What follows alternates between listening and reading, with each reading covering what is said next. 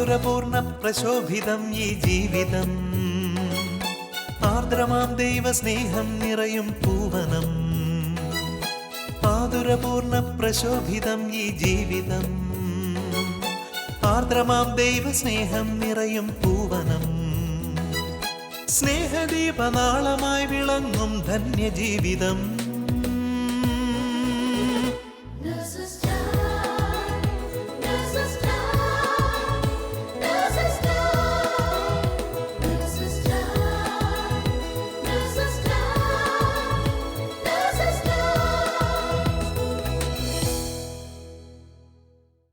ഈശോ മിശിഹായ്ക്ക് സ്തുതിയായിരിക്കട്ടെ. ആദി പെന്തക്കോസ്തായിൽ സ്ലീഹന്മാരിൽ വന്നു നിറഞ്ഞ പരിശുദ്ധാത്മാവ് ഒരു പുത്തൻ പെന്തക്കോസ്താനുഭവം നമുക്ക് ഓരോരുത്തർക്കും നൽകട്ടെ എന്ന പ്രാർത്ഥനയോടെ ഇന്നത്തെ നഴ്സസ് ടൈമിലേക്ക് ഏവരെയും സ്വാഗതം ചെയ്യുന്നു. ഇന്ന് ബഹുമാനപ്പെട്ട ജോഷി മയ്യാട്ടിൽ അച്ഛനിലൂടെ പെന്തക്കോസ്തായ്ക്കായി തിരുവചനങ്ങളിലൂടെ നാം ഒരുങ്ങുമ്പോൾ ആദിമ ക്രൈസ്തവ വിശ്വാസ ചൈതന്യം നമ്മളിലും വന്ന് നിറയാനായി നമുക്ക് പ്രാർത്ഥിക്കാം.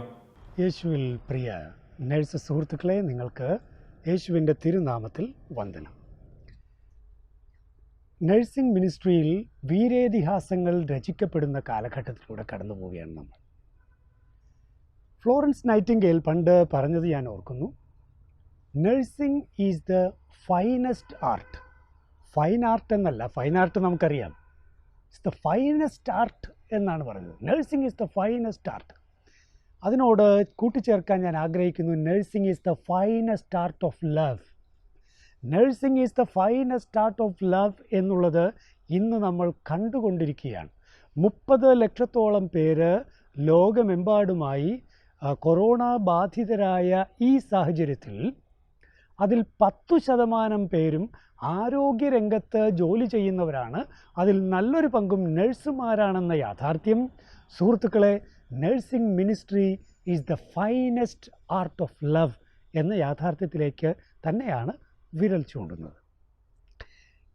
നിപ്പ വൈറസ് ഇവിടെ തുടങ്ങിയ സമയത്ത് നമുക്കറിയാം, ഒരു നഴ്സ് ലിനി തൻ്റെ ജീവൻ കൊടുത്ത് രോഗികളെ ശുശ്രൂഷിച്ചതും ഒരുപക്ഷെ അത്തരത്തിലുള്ള സാക്രിഫൈസിലൂടെ തന്നെ കേരളത്തിൽ ആ നിപ്പ വൈറസ് പിടിച്ചു നിർത്തിയതുപോലെ നിൽക്കാനിടയായത്.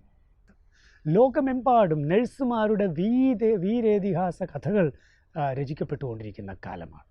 പ്രിയപ്പെട്ടവരെ, ഈ സ്നേഹത്തിൻ്റെ ഫൈൻ ആർട്സിൻ്റെ പിന്നിൽ ആരാണ്? പിന്നിൽ എന്താണ്? എന്തുകൊണ്ടാണ് ഇതുപോലെ നിസ്വാർത്ഥമായി, അല്പം പോലും ഭയമില്ലാതെ ഇതുപോലെ ശുശ്രൂഷ ചെയ്യാൻ നഴ്സുമാർക്ക് സാധിക്കുന്നത്? സ്നേഹത്തിൻ്റെ ആത്മാവ് അവരെ സഹായിക്കുന്നത് കൊണ്ട് തന്നെ, പരിശുദ്ധാത്മാവ് അവരെ സഹായിക്കുന്നത് കൊണ്ട് തന്നെ. പ്രിയ നഴ്സസ്, നിങ്ങളുടെ ആത്മാവ് പരിശുദ്ധാത്മാവാണ്. സ്നേഹിക്കാൻ പ്രേരിപ്പിക്കുന്ന ആത്മാവ്, ശുശ്രൂഷിക്കാൻ പ്രേരിപ്പിക്കുന്ന ആത്മാവ്, ഭയമില്ലാതെ നിസ്വാർത്ഥമായി സേവനം ചെയ്യാൻ പ്രേരിപ്പിക്കുന്ന ആത്മാവ് പരിശുദ്ധ ആത്മാവാണ്. നിങ്ങൾക്കറിയാം, ഇതുപോലൊരു ശുശ്രൂഷകയെ ദൈവദൂതൻ പറഞ്ഞു, പരിശുദ്ധാത്മാവ് നിന്നെ ആവരണം ചെയ്യും, പരിശുദ്ധാത്മാവ് നിന്നെ ആവരണം ചെയ്യും എന്ന് പറഞ്ഞ ആ നിമിഷങ്ങൾക്ക് തൊട്ടു പിന്നാലെ സംഭവിച്ചത്, അവൾ തിടുക്കത്തിൽ യാത്ര പുറപ്പെട്ട ആ സംഭവമാണ്. എന്തിനു വേണ്ടിയാ? ശുശ്രൂഷയ്ക്കായി. നോക്കൂ, ശുശ്രൂഷയ്ക്കുള്ള ആ തിടുക്കം പരിശുദ്ധാത്മാവ് തന്നെയാണ് പരിശുദ്ധ കന്യകാമറിയത്തിൽ ഉളവാക്കിയത് എന്ന് നമ്മൾ തിരിച്ചറിയണം. സത്യത്തിൽ മറിയം യൂദായിലെ മലമ്പ്രദേശത്തിലേക്ക് തിടുക്കത്തിൽ യാത്ര പുറപ്പെട്ടപ്പോൾ മറിയത്തെ ആവരണം ചെയ്തിരുന്നത് പരിശുദ്ധാത്മാവാണ്. പരിശുദ്ധാത്മാവാണ് തിടുക്കത്തിൽ യാത്ര പുറപ്പെട്ടത് എന്ന് വേണമെങ്കിൽ നമുക്ക് പറയാം. അവിടെ ചെന്ന് ഒരഭിവാദനം, ഒറ്റ അഭിവാദനം. ആ വാക്ക് വെറും വാക്കായിരുന്നില്ല, അത് ആവരണമുള്ള വാക്കായിരുന്നു. ആത്മാവിൻ്റെ ആവരണമുള്ള ആ വാക്കാണ് പ്രിയപ്പെട്ടവരെ എലിസബത്തിനെ കൊണ്ട് പറയിപ്പിച്ചത്. നിൻ്റെ അഭിവാദനം എൻ്റെ ചെവിയിലെത്തിയ മാത്രയിൽ എൻ്റെ ഉദരത്തിലെ ശിശു സന്തോഷത്താൽ കുതിച്ചു ചാടിയെന്ന്. നോക്കൂ, ആത്മാവ് നിറഞ്ഞ, ആത്മാവ് പൊതിഞ്ഞ വാക്കുകൾ ആത്മാഭിഷേകം നൽകുന്ന കാര്യമാണ് നമ്മൾ കാണുന്നത്. ശുശ്രൂഷയിലേക്കൊന്നും കടന്നില്ല. ഒരൊറ്റ അഭിവാദന ശുശ്രൂഷ, അത് പരിശുദ്ധാത്മ ദാന ശുശ്രൂഷയായി മാറുകയാണ് അവിടെ. വെറുതെ ഒന്നും സംഭവിച്ചതല്ല, അത് ദൂതൻ്റെ പ്രവചനം പൂർത്തിയായതാണ്. വിശുദ്ധ ലൂക്കായുടെ സുവിശേഷം 1-ാം അധ്യായം 15-ാം വാക്യത്തിൽ നമ്മൾ കൃത്യമായിട്ട് വായിക്കുന്നുണ്ട്, ഗബ്രിയേൽ ദൈവദൂതൻ പറഞ്ഞതായിട്ട്, അവൻ അമ്മയുടെ ഉദരത്തിൽ വച്ച് തന്നെ പരിശുദ്ധാത്മാവിനാൽ പൂരിതനാകും. കണ്ടോ, ആ പ്രവചനം പൂർത്തിയായ നിമിഷമാണ്. ഏലിശാമ്മയുടെ ഉദരത്തിൽ കിടക്കുന്ന സ്നാപക ഭ്രൂണം ഇതാ ഇപ്പോൾ പരിശുദ്ധ കന്യകാമറിയം, ആത്മാവിനാൽ ആവരണം ചെയ്യപ്പെട്ട മറിയം, ആത്മാവിനാൽ നിറഞ്ഞ മറിയം വന്നൊരു അഭിവാദനം ചെയ്തപ്പോൾ അവിടെ ആത്മാഭിഷേകം ഉണ്ടാകുന്നു. പ്രിയപ്പെട്ടവരെ, ഓരോ ശുശ്രൂഷയും ആത്യന്തികമായി ആത്മാഭിഷേക ശുശ്രൂഷയാണ്. നിങ്ങൾ ചെയ്യുന്ന ശുശ്രൂഷ അതെന്തുമാകട്ടെ, പരിശുദ്ധ കന്യകാമറിയം അവിടെ ഐൻകരമിൽ ആ വീട്ടിൽ ഒത്തിരിയേറെ സഹായങ്ങൾ ചെയ്തു കൊടുത്തു. ഏലിശോ അമ്മയ്ക്ക് അഭിഷേക ശുശ്രൂഷ, സ്നാപക കുഞ്ഞിന് ആത്മാഭിഷേക ശുശ്രൂഷ, അതുകൂടാതെ മറ്റ് ഭൗതിക ശുശ്രൂഷകൾ, എത്രയോ ശുശ്രൂഷകൾ 3 മാസത്തോളം, കണ്ടോ, 3 മാസത്തോളം അവിടെ താമസിച്ച് ശുശ്രൂഷ ചെയ്തുവെന്നാണ്. ചുരുക്കി പറഞ്ഞാൽ അവിടെ ആവശ്യമുള്ള എല്ലാ ശുശ്രൂഷകളും പരിശുദ്ധമ്മ ചെയ്തു. പക്ഷേ ആ ശുശ്രൂഷകൾക്കെല്ലാം ഒരു പൊതു സ്വഭാവമുണ്ടായിരുന്നു, പരിശുദ്ധാത്മാവിൻ്റെ പൊതു സ്വഭാവം. പരിശുദ്ധാത്മാവിന് നമുക്കെല്ലാവർക്കും അറിയാം. പരിശുദ്ധാത്മാ ദാനങ്ങളെക്കുറിച്ച് നമ്മൾ ബോധവാന്മാരാണ്. പരിശുദ്ധാത്മാ കൃപയില്ലാതെ നമുക്ക് ഒന്നും ചെയ്യാനാവില്ല എന്ന് നമുക്കറിയാം. പരിശുദ്ധാത്മാവിന് നമുക്ക് ആവശ്യമാണ്. പൊതുവേ നമുക്കെല്ലാവർക്കും നമ്മുടെ ആവശ്യത്തിൻ്റെ തലത്തിൽ നിന്ന് പരിശുദ്ധാത്മാവിനെ അറിയാം, നമ്മുടെ നീഡിൻ്റെ തലത്തിൽ നിന്ന് പരിശുദ്ധാത്മാവിനെ അറിയാം, അല്ലെങ്കിൽ മാനുഷികമായ ചിന്താഗതികളിൽ നിന്ന് പരിശുദ്ധാത്മാവിനെ അറിയാം. പരിശുദ്ധാത്മാവിനോട് ദാഹിക്കണം, പരിശുദ്ധാത്മാവിനോട് ചോദിക്കണം, പരിശുദ്ധാത്മാവിനാൽ നിറയണം. ആത്മശുശ്രൂഷ ഇല്ലെങ്കിൽ ശുശ്രൂഷകളൊന്നും ശരിയാവില്ല. വരദാനങ്ങൾ, ഫലങ്ങൾ, ഇതെല്ലാം നമുക്കറിയാവുന്നതാണ്. പക്ഷേ പലപ്പോഴും നമുക്കറിയാത്തത് വിശുദ്ധ ഗ്രന്ഥത്തിലെ മറ്റൊരു ഡയമെൻഷനാണ്, പരിശുദ്ധാത്മാവിൻ്റെ വേറൊരു ഡയമെൻഷൻ. എന്താണാവോ പരിശുദ്ധാത്മാവിൻ്റെ വേറൊരു ഡയമെൻഷൻ? അത് ദൈവത്തിൻ്റെ ഭാഗത്തു നിന്നുള്ള ഒരു ഡയമെൻഷനാണ്. പരിശുദ്ധാത്മാവിനെ സ്വീകരിക്കാൻ നമുക്ക് ആവശ്യമുണ്ട്. പരിശുദ്ധാത്മാവ് നമുക്ക് അനിവാര്യനാണ്. ഇതെല്ലാം ശരി തന്നെ. പക്ഷെ ഒരു കാര്യം കൂടി മനസ്സിലാക്കണം, ദൈവത്തിന് നമുക്ക് പരിശുദ്ധാത്മാവിനെ തരേണ്ടത് ദൈവത്തിൻ്റെ വലിയൊരാഗ്രഹമാണ്. പരിശുദ്ധാത്മാവിനെ നമുക്കേവർക്കും ലഭിക്കാനായി ദൈവം അത്രയേറെ ആഗ്രഹിക്കുന്നു. ആ ഒരു ഡയമെൻഷൻ കൂടി ബൈബിളിലുണ്ട്. വിശുദ്ധ പൗലോസിൻ്റെ ലേഖനങ്ങളിലാണ് നമ്മളത് കാണുന്നത്. കൊറിന്തോസുകാർക്കുള്ള 2-ാം ലേഖനത്തിൽ 1-ാം അധ്യായം 22-ാം വാക്യം ഞാനത് വായിക്കുകയാണ്. അവിടുന്ന് നമ്മിൽ തൻ്റെ മുദ്ര പതിക്കുകയും അച്ചാരമായിട്ട് തൻ്റെ ആത്മാവിനെ നമ്മുടെ ഹൃദയങ്ങളിലേക്ക് പകരുകയും ചെയ്തിരിക്കുന്നു. പരിശുദ്ധാത്മാവിനെ ദൈവം നമുക്ക് അച്ചാരമായിട്ട് പകർന്നിരിക്കുന്നു, നമ്മിലേക്ക് പകർന്നിരിക്കുന്നു. അച്ചാരം, അറബോൺ എന്നുള്ളതാണ് ഗ്രീക്കിൽ പൗലോസ് പ്രയോഗിച്ചിരിക്കുന്ന നാമപദം. അറബോൺ എന്താണോ അച്ചാരം? ശരി, നമുക്ക് 2 കൊറിന്തോസിലെ 5-ാം അധ്യായം 5-ാം വാക്യത്തിലേക്ക് പോകാം. 2 കൊറിന്തോസ് 5:5 ഈ ലക്ഷ്യത്തിനായി ഞങ്ങളെ ഒരുക്കിയത് ആത്മാവിനെ അച്ചാരമായി ഞങ്ങൾക്ക് നൽകിയ ദൈവമാണ്. വീണ്ടും അറബോൺ, ആത്മാവിനെ ദൈവം അച്ചാരമായി നൽകുന്നു. ഇനി എഫേസൂസ് 1-ാം അധ്യായം 14-ാം വാക്യം, അവിടുത്തെ മഹത്വം പ്രകീർത്തിക്കുന്നുള്ള അവകാശം നാം വീണ്ടെടുത്ത് സ്വന്തമാക്കുന്നതുവരെ ആ അവകാശത്തിൻ്റെ അച്ചാരമാണ് ഈ പരിശുദ്ധാത്മാവ്. പരിശുദ്ധാത്മാവിനെ അറബോൺ എന്ന ഗ്രീക്ക് വാക്കുപയോഗിച്ച് പൗലോസ് ഇവിടെ സൂചിപ്പിക്കുകയാണ്. ശ്രദ്ധിക്കേണ്ട ഒരു കാര്യമാണ്. എന്താണ് അച്ചാരം? നിങ്ങൾ എന്ത് പറയുന്നു? അച്ചാര കല്യാണം, നമ്മൾ മലയാളത്തിൽ അച്ചാര കല്യാണം, കല്യാണം നടക്കുന്നതിന് മുൻപേ കല്യാണം ഉറപ്പിക്കുന്നൊരു ഏർപ്പാടാണ് അച്ചാര കല്യാണം. നമ്മൾ ഇംഗ്ലീഷിൽ ടോക്കൺ എന്ന് പറയും. ടോക്കൺ, ഉദാഹരണത്തിന് നമ്മളൊരു വീട് അന്വേഷിക്കുന്നു എന്ന് വെക്കുക. നല്ലൊരു വീട് നമുക്ക് വേണം. വീട് അന്വേഷിച്ച് നമ്മൾ നടക്കുന്നു, ഒടുവിൽ നല്ലൊരു വീട് കണ്ടെത്തുന്നു. അത് വയബിളാണ്, നമുക്ക് അത്യാവശ്യത്തിന് നമ്മുടെ കയ്യിലുള്ള തുക കൊണ്ടൊക്കെ അത് വാങ്ങാനും പറ്റും. അതുകൊണ്ട് നമ്മൾ ഉറപ്പിക്കുന്നു, ആ വീട് എനിക്ക് വേണം, ആ വീട് എനിക്ക് വേണം എന്ന് നമ്മൾ ആഗ്രഹിക്കുമ്പോൾ അത് ഉറപ്പിക്കാൻ നമ്മൾ എന്താ ചെയ്യുന്നത്? ടോക്കൺ കൊടുക്കും, ശരിയല്ലേ? ടോക്കൺ കൊടുക്കും. ടോക്കൺ കൊടുത്തു കഴിഞ്ഞാൽ പിന്നെ നമുക്ക് ഉറപ്പാണ് അത് നമുക്ക് തന്നെ. ഒരു തുക നേരത്തെ തന്നെ കൊടുത്ത് ഇത് നമുക്ക് തന്നെ എന്നുറപ്പിക്കുന്ന, മറ്റാരും കൊണ്ടുപോകില്ല എന്ന് ഉറപ്പാക്കുന്ന ഒരു ഏർപ്പാടാണ് അച്ചാരം. അല്ല, പരിശുദ്ധാത്മാവിനെ അച്ചാരമായി ദൈവം നമുക്ക് തന്നു എന്നാണ് ഈ 3 തിരുവചന ഭാഗങ്ങളിലും നമ്മൾ കണ്ടത്. അറബോണായി പരിശുദ്ധാത്മാവിനെ ദൈവം നമുക്ക് തന്നു. അല്ല, അപ്പം അതാരുടെ ആവശ്യമാണ്? നമ്മൾ ആർക്കെങ്കിലും അച്ചാരം കൊടുത്താൽ, ടോക്കൺ കൊടുത്താൽ, നമ്മുടെ ആവശ്യമുള്ളതുകൊണ്ടല്ലേ ടോക്കൺ കൊടുത്തത് ഉറപ്പിക്കുന്നത്. ദൈവം പരിശുദ്ധാത്മാവിനെ ടോക്കണായി നമുക്ക് തന്നു എന്ന് പറഞ്ഞാൽ അതിൻ്റെ അർത്ഥം ഇത് ദൈവത്തിൻ്റെ ആവശ്യവും കൂടിയാണെന്നാണ്. പ്രിയപ്പെട്ടവരെ, പരിശുദ്ധാത്മാവ് നമ്മുടെ ആവശ്യമാണെന്നുള്ള യാഥാർത്ഥ്യത്തെക്കുറിച്ച് നമുക്കൊരു സംശയവുമില്ല. പക്ഷേ ഈ ഒരു ഡയമെൻഷൻ നമ്മൾ തിരുവചനത്തിൽ നിന്ന് മനസ്സിലാക്കിയിട്ടില്ല. പരിശുദ്ധാത്മാവ് ദൈവം അച്ചാരമായി നമുക്ക് തന്നതാണെന്ന് പറഞ്ഞാൽ എന്താണ് അർത്ഥം? നമ്മെ കൂടാതെ ദൈവത്തിന് പറ്റില്ല എന്നാണ്. നമ്മെ ദൈവത്തിന് നിർബന്ധമായും വേണം എന്നാണ്. അതുകൊണ്ട് പരിശുദ്ധാത്മാവ് ദൈവം നമ്മെ പൂർണ്ണമായും സ്വന്തമാക്കിയിരിക്കുന്നു എന്നുള്ളതിൻ്റെ ഒരു തെളിവാണ് പരിശുദ്ധാത്മാവ്.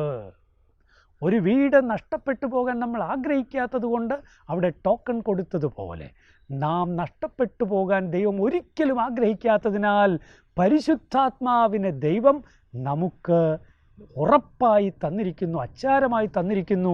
ഇനി നമ്മൾ ദൈവത്തിൻ്റേതാണ്, ദൈവത്തിൻ്റേത് മാത്രം. അതാണ് അച്ചാരം എന്ന വാക്കിലൂടെ നമുക്ക് മനസ്സിലാവുന്നത്. ഇനി വിശുദ്ധ പൗലോസ് മറ്റൊരു നാമപദവും കൂടി പ്രയോഗിക്കുന്നുണ്ട്. റോമ 8:23. സൃഷ്ടി മാത്രമല്ല, ആത്മാവിൻ്റെ ആദ്യ ഫലം ലഭിച്ചിരിക്കുന്ന നാമും നമ്മുടെ ശരീരങ്ങളുടെ വീണ്ടെടുപ്പാവുന്ന പുത്രത്വ ലബ്ധി പ്രതീക്ഷിച്ചുകൊണ്ട് ആന്തരികമായി വിലപിക്കുന്നു. സൃഷ്ടി മാത്രമല്ല, നാമം. നമ്മളാരാ? ആത്മാവിൻ്റെ ആദ്യ ഫലം ലഭിച്ചിരിക്കുന്ന നാമം. ഇത് കൊള്ളാലോ. പരിശുദ്ധാത്മാവിനെ ആദ്യ ഫലം എന്നാണ് പൗലോസ് ഇവിടെ വിശേഷിപ്പിക്കുന്നത്. അപ്പാർഖേ, ഇതാണ് ഗ്രീക്ക് വാക്ക്. അപ്പാർഖേ, ആദ്യ ഫലം. പരിശുദ്ധാത്മാവിനെ ആദ്യ ഫലമായി ലഭിച്ചിരിക്കുന്ന നമ്മൾ. അല്ല, ആദ്യ ഫലം എന്നുള്ളത് പഴയ നിയമത്തിൽ തന്നെ നമുക്ക് പരിചയമുള്ളൊരു സംഗതിയാണല്ലോ. ലേവ്യരുടെ പുസ്തകത്തിൽ 23-ാം അധ്യായത്തിൽ 9 മുതലുള്ള തിരുവചനങ്ങളിൽ നമ്മൾ കാണുന്നതാണ് ആദ്യഫലം. എന്താ ആദ്യഫലം? നീ ആ നാട്ടിലെത്തി, വാഗ്ദത്ത നാട്ടിലെത്തി, അതായത് കാനാനിലെത്തി, കൃഷിയൊക്കെ ചെയ്തു കഴിയുമ്പോൾ നിൻ്റെ കൃഷിയുടെ ആദ്യത്തെ കറ്റയുണ്ടല്ലോ, ആ കറ്റ ദേവാലയത്തിൽ കൊണ്ടുവന്ന് സമർപ്പിക്കണം. അതാണ് ആദ്യഫലം. എന്താ അതിലൂടെ നീ പറയാൻ ശ്രമിക്കുന്നത്? ദാ, ഇത് മുഴുവൻ ദൈവമേ അങ്ങയുടെ ദാനമാണ്, ഇത് മുഴുവൻ അങ്ങയുടേതാണ്, അത് മുഴുവൻ അങ്ങേക്ക് തിരിച്ചു തരാൻ എനിക്ക് ആഗ്രഹമുണ്ട്. അതിൻ്റെ പ്രതീകമായിട്ട് ദൈവമേ ദാ ഇത് സ്വീകരിക്കണമേ. ഇതാണ് ആദ്യ ഫലം. എന്നിട്ട് പറയുകയാണ്, നമ്മളവിടെ വായിക്കുകയാണ്, ഇങ്ങനെ ഈ ഒരു കാര്യം ചെയ്യാതെ, ആദ്യഫലത്തോടൊപ്പം അവിടെ പിന്നെ ബലിയുടെ കാര്യമൊക്കെ പറയുന്നുണ്ട്, ഇക്കാര്യം ചെയ്യാതെ നിൻ്റെ പറമ്പിൽ നിന്ന് നീ ഒന്നും ഭക്ഷിക്കരുതെന്ന് കൃത്യമായിട്ട് പറഞ്ഞിട്ടുണ്ട്. പ്രിയപ്പെട്ടവരെ, ആദ്യഫലം. ഇപ്പോഴും നമ്മുടെ വീട്ടിൽ ഒരു മാവ് നമ്മൾ നട്ടു, അത് വളർന്നു വലുതായി കായ്ച്ചു. ആദ്യത്തെ മാങ്ങ നമ്മൾ എന്തു ചെയ്യും? അത് പള്ളിയിൽ കൊണ്ടുപോയി കൊടുക്കും. ആദ്യഫലം ദൈവത്തിനുള്ളതാണ് എന്നുള്ള ആ പഴയ നിയമ കൺസെപ്റ്റ് അത് കൃത്യമായിട്ട് നമ്മളിപ്പോഴും പാലിക്കുന്നുണ്ട്. അല്ല, പഴയ നിയമത്തിൽ മനുഷ്യൻ ദൈവത്തിന് ആദ്യഫലം സമർപ്പിക്കുന്നു. കാരണം എല്ലാം ദൈവത്തിൻ്റേതാണ് എന്ന് നമുക്ക് പറയണം. എന്നാൽ ഇതാ പുതിയ നിയമത്തിൽ റോമാക്കാർക്കുള്ള ലേഖനത്തിൽ 8-ാം അധ്യായം 23-ാം വാക്യത്തിൽ വിശുദ്ധ പൗലോസ് പറയുകയാണ്, പരിശുദ്ധാത്മാവിനെ ആദ്യഫലമായി നാം സ്വീകരിച്ചിരിക്കുന്നു. ആര് തന്നു? ദൈവം തന്നു. കൊള്ളാലോ.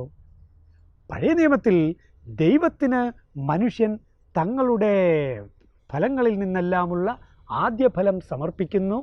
ഇതാ പുതിയ നിയമത്തിൽ ദൈവം മനുഷ്യന് ആദ്യഫലം കൊടുക്കുന്നു. അർത്ഥമെന്താ? മുഴുവനും മകനെ നിനക്കുള്ളതാണ്, മുഴുവനും മകളെ നിനക്കുള്ളതാണ്. അതിൻ്റെ ഒരു പ്രതീകമെന്നോണം ദാ പിടിച്ചോളൂ, പരിശുദ്ധാത്മാവ്.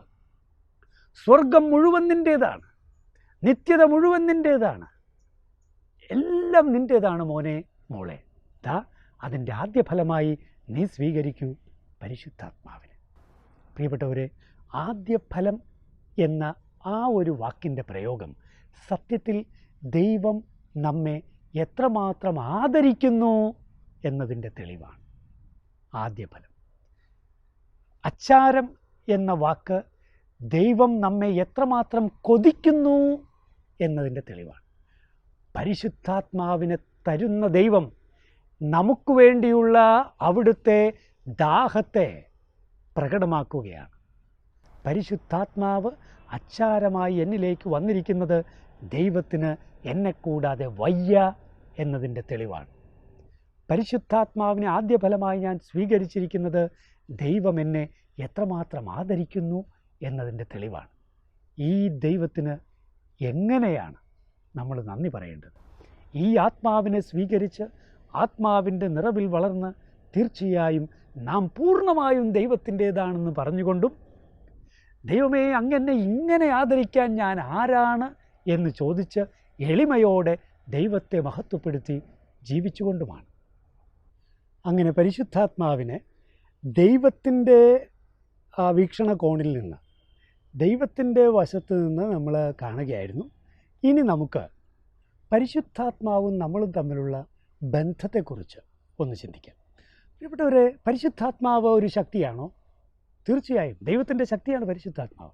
പരിശുദ്ധാത്മാവ് വ്യക്തിയാണോ? തീർച്ചയായിട്ടും ത്രിയേക ദൈവത്തിലെ മൂന്നാമത്തെ ആളാണ് പരിശുദ്ധാത്മാവ്. അപ്പോൾ ഈ ശക്തിയും വ്യക്തിയും, ഈ ഒരു വിഷയം ചിലർക്കെങ്കിലും കുറച്ച് കൺഫ്യൂഷനുള്ള ഒന്നാണ് എന്നെനിക്ക് തോന്നുകയാണ്. പരിശുദ്ധാത്മാവിനെ സൂചിപ്പിക്കുന്നത് പുതിയ നിയമത്തിൽ തോ പ്നൗമ എന്നാണ്. തോ പ്നൗമ. പ്നൗമ എന്ന വാക്ക്, ആത്മാവ്, അരൂപി എന്ന വാക്ക് ഗ്രീക്കിൽ ന്യൂട്ടർ ജെൻഡറാണ്. കണ്ടോ, ശക്തിക്ക് പറ്റിയ വാക്ക് തന്നെയാണ്. തോ പ്നൗമ ന്യൂട്ടർ ജെൻഡറാണ്. അതുകൊണ്ട് തന്നെ ന്യൂട്ടർ പ്രയോഗങ്ങൾ നമുക്ക് അതിനോട് ചേർന്ന് ഗ്രമാറ്റിക്കലായിട്ട് കാണാൻ കഴിയും. തോ പ്നൗമ, അവിടെ ആർട്ടിക്കിൾ കണ്ടോ, ന്യൂട്ടറാണ്. ഇനി റിലേറ്റീവ് പ്രോനൗൺ ഹോ, വിച്ച് കണ്ടോ, വിച്ച്, ഹൂ എന്നല്ല, വിച്ച്. അപ്പോൾ അത് ന്യൂട്രാണ്. ഇനി സൂചിപ്പിക്കുന്നത് എക്കൈനോ, എക്കൈനോ, അത്, അവൻ. ചിലയിടത്തെ കാര്യമാണ് ഞാൻ പറയുന്നത്. ഗ്രമാറ്റിക്കലായി തോ പ്നൗമ എന്ന് പ്രയോഗിച്ചിരിക്കുന്നിടത്ത് അവിടെ ഗ്രമാറ്റിക്കലായിട്ട് ഈ ന്യൂട്ടർ ജെൻഡർ കീപ്പ് ചെയ്യാൻ സുവിശേഷകൻ പ്രത്യേകം ശ്രദ്ധിച്ചിട്ടുണ്ട്. ഞാൻ പ്രത്യേകിച്ച് യോഹന്നാൻ്റെ സുവിശേഷത്തെക്കുറിച്ചാണ് പറയുന്നത്. വിശുദ്ധ യോഹന്നാൻ്റെ സുവിശേഷത്തിൽ ഈ ഗ്രമാറ്റിക്കൽ ജെൻഡർ അത് സുന്ദരമായിട്ട് കീപ്പ് ചെയ്തായിട്ട് കാണാം.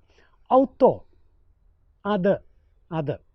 അപ്പോൾ ഇങ്ങനെ ന്യൂട്ടർ ജെൻഡർ കാണാം. എന്നാൽ ഇത് പ്രത്യേകിച്ച് 14 മുതൽ 16 വരെയുള്ള അധ്യായങ്ങളിൽ പരിശുദ്ധാത്മാവിനെക്കുറിച്ച് പറയുന്ന ഭാഗങ്ങളിലുള്ളതാണ്. അവിടെ ശ്രദ്ധിക്കേണ്ട ഒരു കാര്യം, ഈ ഗ്രീക്ക് ഗ്രമാറ്റിക്കൽ ന്യൂട്ടർ ജെൻഡർ പരിശുദ്ധാത്മാവിനെക്കുറിച്ച് കൃത്യമായി പാലിച്ചുകൊണ്ട് ദൈവശാസ്ത്രപരമായ പ്രയോഗങ്ങൾ വരുമ്പോൾ കൃത്യമായി മാസ്കുലിൻ ജെൻഡറിലേക്ക് മാറുന്നതായിട്ട് നമുക്ക് കാണാം. എക്കൈനോസ്, അവൻ, പരിശുദ്ധാത്മാവിനെക്കുറിച്ചാണ്, അവൻ. ഇനി അതുപോലെ തന്നെ പരാക്ലെത്തോസ്, ആശ്വാസദായകൻ, ഉണ്ടോ, മാസ്കുലിൻ ജെൻഡറാണ്. സുഹൃത്തുക്കളെ, ഞാൻ പറഞ്ഞു വരുന്നത് എന്താണ്? ഈ ശക്തി എന്നുള്ള ആത്മാവിൻ്റെ സവിശേഷത നിലനിർത്തിക്കൊണ്ട് തന്നെ ആത്മാവിനെ വ്യക്തിയായി ചിത്രീകരിക്കാൻ യോഹന്നാൻ ശ്രമിക്കുന്നു എന്നാണ്. ത്രിയേക ദൈവത്തിലെ മൂന്നാമത്തെ ആളായ പരിശുദ്ധാത്മാവ്, പ്രിയപ്പെട്ടവരെ, നമ്മെ സംബന്ധിച്ച് വ്യക്തിപരനായ ദൈവമാണ്. ഇലക്ട്രിസിറ്റി ഒരു ശക്തിയാണ്, വൈദ്യുതി ഒരു ശക്തിയാണ്. അതുകൊണ്ടാണ് നമ്മൾ വിദ്യുത് ശക്തി എന്ന് വിളിക്കുന്നത്. അപ്പോൾ വൈദ്യുതി ഒരു ശക്തിയാണ്. പക്ഷേ വൈദ്യുതിയോട് വ്യക്തിപരമായ ബന്ധം പുലർത്താൻ നമുക്കാകുമോ? ഇല്ല. കാരണം എന്താ? അത് വെറും ശക്തി മാത്രമാണ്. വ്യക്തിപരമായ ബന്ധം വ്യക്തികൾ തമ്മിലേ ഉണ്ടാകൂ. അങ്ങനെയെങ്കിൽ പരിശുദ്ധാത്മാവ് നമ്മെ സംബന്ധിച്ച് തികച്ചും വ്യക്തിപരനായ ദൈവമാകണം. വ്യക്തിപരമായ ബന്ധം നമ്മൾ പുലർത്തണം. ശരി, പരിശുദ്ധാത്മാവിൻ്റെ ഈ വ്യക്തിമുഖം നമുക്ക് എങ്ങനെ മനസ്സിലാക്കാൻ കഴിയും? ഇവിടെ ഒരു വ്യക്തിയെ വ്യക്തിയാക്കുന്നതിൻ്റെ സവിശേഷ ഘടകങ്ങൾ ഏതൊക്കെയാണ്? The characteristics of A person. ഒന്ന്, ചിന്തിക്കുന്നു എന്നതാണ്, ചിന്തിക്കാൻ കഴിയുന്നു. 2, വികാരങ്ങളുണ്ട് എന്നതാണ്. 3, ഇച്ഛിക്കാൻ കഴിയുന്നു, തീരുമാനമെടുക്കാൻ കഴിയുന്നു. ഇതാണ് വ്യക്തി എന്ന് പറയുന്ന ഒരു സവിശേഷത, വ്യക്തിയുടെ സവിശേഷത. അതൊക്കെയാണ്. പരിശുദ്ധാത്മാവിൽ ഇതൊക്കെ കാണാൻ കഴിയുന്നുണ്ടോ? ചിന്തിക്കുന്നുണ്ടോ? ആണ് പരിശുദ്ധാത്മാവെന്ന് തിരുവചനം വെളിപ്പെടുത്തുന്നുണ്ടോ? തീർച്ചയായിട്ടുമുണ്ട്. 1 കൊരിന്തോസ് 2:10. എന്തെന്നാൽ ആത്മാവ് എല്ലാ കാര്യങ്ങളും, ദൈവത്തിൻ്റെ നിഗൂഢ രഹസ്യങ്ങൾ പോലും അന്വേഷിച്ചു കണ്ടെത്തുന്നു. പരിശുദ്ധാത്മാവ് ദൈവത്തിൻ്റെ നിഗൂഢ രഹസ്യങ്ങൾ അന്വേഷിച്ച് കണ്ടെത്തുന്നു. കണ്ടോ, പഠിക്കുന്നത് പോലെ അന്വേഷിച്ചു കണ്ടെത്തുന്നു, റിസർച്ച് നടത്തുന്നത് പോലെ. നോക്കൂ, ചിന്തിക്കുന്ന, യുക്തി ഉപയോഗിക്കുന്ന വ്യക്തി, ആ വ്യക്തിയുടെ മുഖം ഈ തിരുവചനത്തിലൂടെ കൃത്യമായി പരിശുദ്ധാത്മാവിൽ നമ്മൾ കാണുകയാണ്. അന്വേഷിച്ച് കണ്ടെത്തുന്ന പരിശുദ്ധാത്മാവ്. ഇനി വൈകാരിക ഭാവമുള്ള പരിശുദ്ധാത്മാവ്, സ്നേഹമുള്ള പരിശുദ്ധാത്മാവ്, നമ്മളത് കാണുന്നു. റോമാക്കാർക്കുള്ള ലേഖനം 15-ാം അധ്യായം 30-ാം വാക്യത്തിൽ പരിശുദ്ധാത്മാവിൻ്റെ സ്നേഹത്തെ നമുക്ക് കാണാൻ കഴിയും. ഇനി ദുഃഖിപ്പിക്കരുത് എന്ന് പറയുന്നു പരിശുദ്ധാത്മാവിനെ. എഫേസോസ് 4:30. കണ്ടോ, പരിശുദ്ധാത്മാവിനെ ദുഃഖിപ്പിക്കരുത്. ഹെബ്രായരുടെ ലേഖനം 10-ാം അധ്യായം 29-ാം വാക്യം പരിശുദ്ധാത്മാവിനെ അവമാനിക്കുന്നവരെക്കുറിച്ച് അവിടെ പറയുന്നത്, അവഹേളിക്കുന്നവരെക്കുറിച്ച് അവിടെ പറയുന്നത്. കണ്ടോ, വൈകാരിക ഭാവം തിരുവചനം പരിശുദ്ധാത്മാവിൽ കൽപ്പിച്ച് നൽകുന്നുണ്ട്. ഇനി ഇച്ഛാശക്തി, പരിശുദ്ധാത്മാവിൻ്റെ ഇച്ഛാശക്തിയെക്കുറിച്ച് കൊറിന്തോസുകാർക്കുള്ള 1-ാം ലേഖനം 12-ാം അധ്യായത്തിൽ നമ്മൾ കാണുകയാണ്. 12-ൽ നമ്മൾ വായിക്കുന്നു 11-ാം വാക്യം. തൻ്റെ ഇച്ഛയ്ക്കൊത്ത് ഓരോരുത്തർക്കും പ്രത്യേക ദാനങ്ങൾ നൽകുന്ന ഒരേ ആത്മാവിൻ്റെ തന്നെ പ്രവൃത്തിയാണ് ഇവയെല്ലാം. തൻ്റെ ഇച്ഛകൾക്കൊത്ത് പരിശുദ്ധാത്മാവ് ആഗ്രഹിക്കുന്നതനുസരിച്ച് ആത്മാവ് ഓരോരുത്തർക്കും ദാനങ്ങൾ നൽകുന്നു. കണ്ടോ, the will power of the holy spirit. കണ്ടോ, വ്യക്തി മുഖത്തിൻ്റെ മറ്റൊരു ഭാവം. അപ്പോൾ ക്യാരക്ടറിസ്റ്റിക്സ് ഓഫ് ദ പേഴ്സൺ എന്നുള്ളത് പരിശുദ്ധാത്മാവിൽ തിരുവചനം കൃത്യമായി ആരോപിക്കുന്നതായിട്ട് നമുക്ക് കാണാം. ഇനി പരിശുദ്ധാത്മാവിൻ്റെ പ്രവർത്തനങ്ങളെക്കുറിച്ച് ചിന്തിച്ചു നോക്കൂ. ഒരു വ്യക്തിയുടെ പ്രവർത്തനങ്ങളൊക്കെ നമുക്ക് തിരുവചനങ്ങളിലൂടെ കാണാൻ കഴിയുന്നുണ്ട്. 1, പഠിപ്പിക്കുന്നവനാണ് പരിശുദ്ധാത്മാവ്. ലൂക്കായുടെ സുവിശേഷം 12-ാം അധ്യായം 12-ാം വാക്യത്തിൽ ഈശോ തന്നെ പറയുന്നുണ്ട്, നിങ്ങൾ സിനഗോഗ് അധികാരികളുടെയും ഭരണാധിപന്മാരുടെയൊക്കെ മുമ്പിൽ നിങ്ങൾ കൊണ്ടുപോകും, നിങ്ങൾ പേടിക്കണ്ടെന്നേ. വേണ്ട സമയത്ത് എന്തു പറയണമെന്ന് അപ്പോൾ പരിശുദ്ധാത്മാവ് നിങ്ങൾക്ക് അവിടെ വെച്ച് നിങ്ങളെ പഠിപ്പിച്ചു തരും എന്നാണ്. അതുപോലെ തന്നെ നമുക്ക് 1 കൊരിന്തോസ് 2:13 പഠിപ്പിക്കുന്ന ആത്മാവിനെ നമുക്ക് കാണാൻ കഴിയും. നയിക്കുന്ന ആത്മാവ് ലൂക്കായുടെ സുവിശേഷം 2-ാം അധ്യായത്തിൽ നമ്മൾ ശിമയോൻ എന്ന് പറയുന്ന ആ വൃദ്ധനായ വ്യക്തിയെ കാണുന്നുണ്ടല്ലോ. പരിശുദ്ധാത്മാവ് അദ്ദേഹത്തിന് വെളിപ്പെടുത്തിയിരുന്നത്രേ, രക്ഷകനെ കാണുന്നതുവരെ അദ്ദേഹം മരിക്കയില്ല എന്ന്. ഇനി ഈ രക്ഷകൻ കുഞ്ഞ് ഈശോ ദേവാലയത്തിലേക്ക് മാതാപിതാക്കന്മാരാൽ ആനയിക്കപ്പെട്ടു. ദേവാലയത്തിലെത്തിയപ്പോൾ എന്താ സംഭവിക്കുന്നത്? പരിശുദ്ധാത്മാവിനാൽ നയിക്കപ്പെട്ട് ശിമയോൻ ദേവാലയത്തിലേക്ക് വന്നു. കണ്ടോ, കൃത്യമായി ഒരു വ്യക്തി മറ്റൊരാളെ നയിക്കുന്നത് പോലെ കൃത്യമായിട്ട് നയിക്കുന്നു. മാത്രമല്ല യോഹന്നാൻ 16-ാം അധ്യായം 13-ാം വാക്യത്തിൽ നമ്മൾ കാണുന്നു, പരിശുദ്ധാത്മാവ് വരുമ്പോൾ അവിടെ നിങ്ങളെ സത്യത്തിൻ്റെ പൂർണ്ണതയിലേക്ക് നയിക്കും. കണ്ടോ, നയിക്കുന്ന ആത്മാവിൻ്റെ പ്രവൃത്തി. ആശ്വസിപ്പിക്കുന്ന ആത്മാവ് വളരെ വ്യക്തമാണല്ലോ. പ്രത്യേകിച്ച് യോഹന്നാൻ 16:7 നീ ആശ്വാസദായകൻ വരുമെന്നാണ്. ഇനി മറ്റൊന്ന് വ്യക്തമായിട്ട് നമ്മൾ കാണുന്ന അപ്പസ്തോല പ്രവർത്തനം 9-ാം അധ്യായം 31-ാം വാക്യത്തിൽ സഭയിൽ മുഴുവൻ പരിശുദ്ധാത്മാവ് നൽകിയ വലിയ ആശ്വാസം സഭയിൽ നിറഞ്ഞു എന്നാണ്.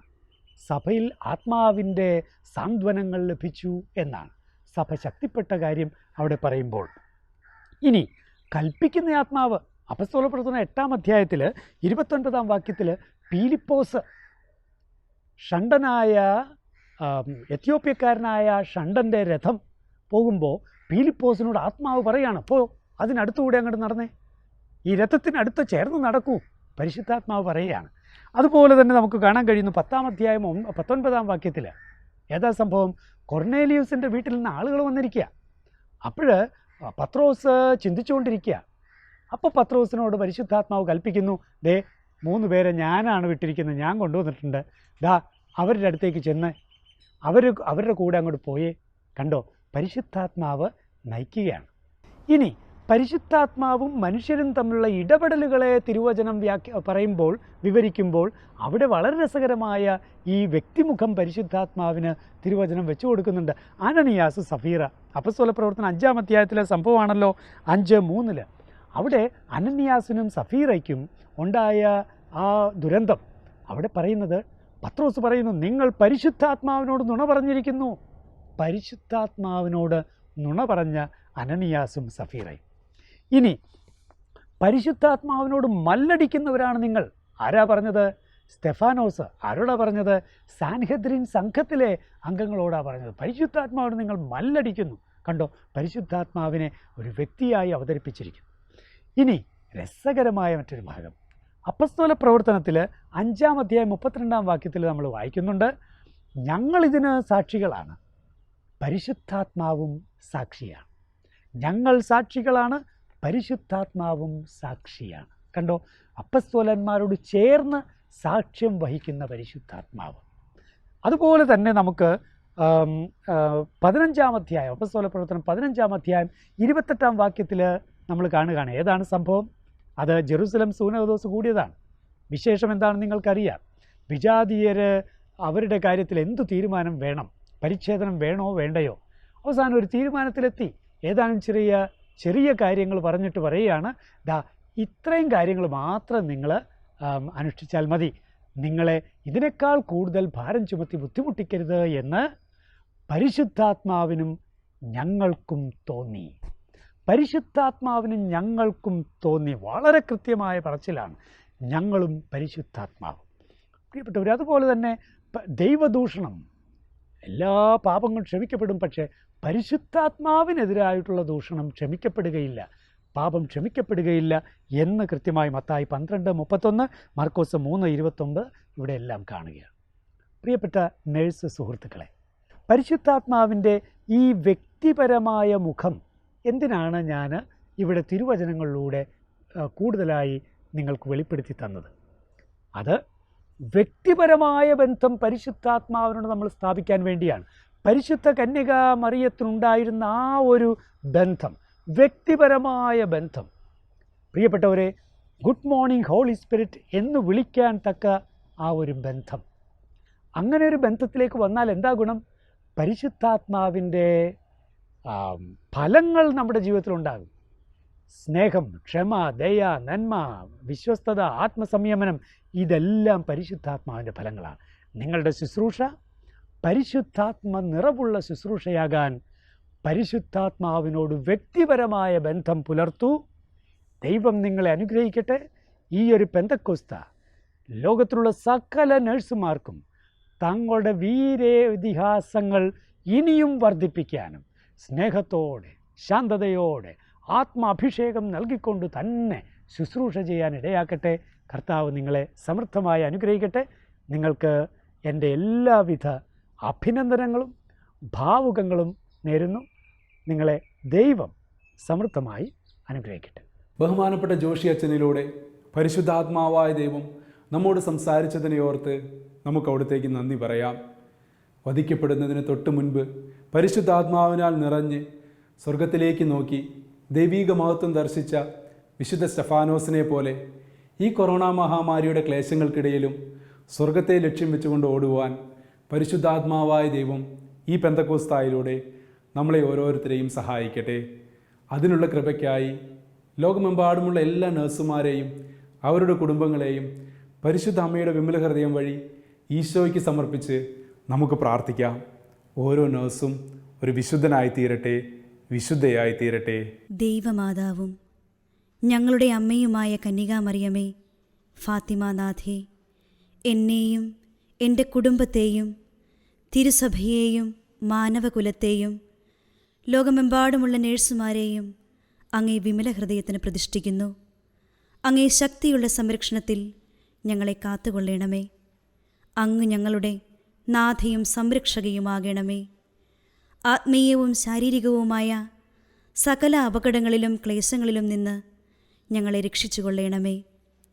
എല്ലാറ്റിലും ദൈവേഷ്ടം കണ്ടെത്തി നിറവേറ്റുവാനും യേശുവിൻ്റെ തിരുഹൃദയത്തിന് പ്രീതികരമായ വിധത്തിൽ ജീവിച്ച് സ്വർഗഭാഗ്യത്തിൽ എത്തിച്ചേരുവാനും കാരുണ്യനാഥേ, ഞങ്ങളുടെ സ്നേഹമുള്ള അമ്മേ, ഞങ്ങളെ സഹായിക്കണമേ.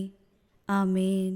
പരിശുദ്ധാത്മാവേ, പരിശുദ്ധാത്മാവേ, വരദാനത്തിൻ അഭിഷേകം കൊണ്ടെന്നെ നിറയ്ക്കണമേ. പരിശുദ്ധാത്മാവേ, പരിശുദ്ധാത്മാവേ, ലോകത്തിന്മേൽ വിജയം നേടാൻ ധീരതയേകണമേ.